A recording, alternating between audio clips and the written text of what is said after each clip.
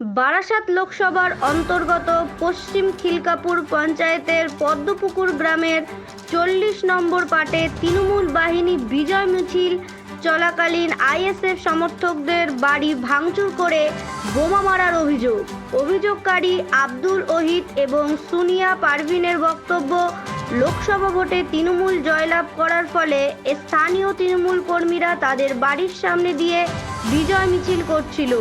আচমকা সেই সময় আইএসএফ সমর্থক রাকিবুল ইসলাম, শারিফুল ইসলাম ও ইমরান হোসেন এরকম বেশ কয়েকজন আইএসএফ সমর্থকের বাড়িতে ভাঙচুর চালিয়ে বোমাবাজি করে বলে অভিযোগ। বোমাবাজির কারণে গুরুতর আহত জাহানারা বিবি নামে এক বয়স্ক মহিলা, বর্তমানে বারাসাত বনমালীপুর হসপিটালে চিকিৎসাধীন, যদিও তৃণমূলের তরফ থেকে সমস্ত ঘটনা অস্বীকার করেছে।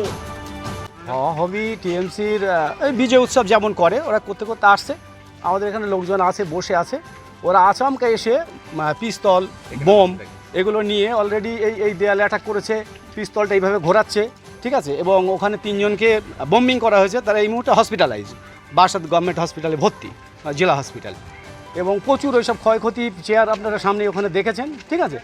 তারপরে প্রশাসন বন্ধুকে ডেকে আস্তে আস্তে একটা নিরস্ত করলো, কিন্তু ওরা এটাই তো দিক, আমরা তো এটা ভেবে পাচ্ছি না। একটা দিক বলছি, পঞ্চায়েত 3টে মেম্বার ছিল, এক ছিল মধু, আর একটা মিন্টু, আর একটা আমাদের হারা প্রার্থী ছিল আপনার পল্টু। এই 3 জন এই 3 জন মেম্বার সামনে থেকে অলরেডি ওনারা অ্যাটাক করিয়েছে। টিএমসি।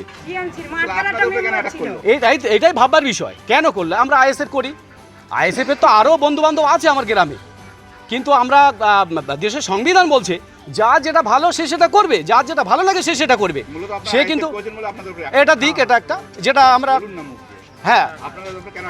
হ্যাঁ মূল বিষয়টা আমরা আইএসএফ করছি বলে এটা একটা দিক।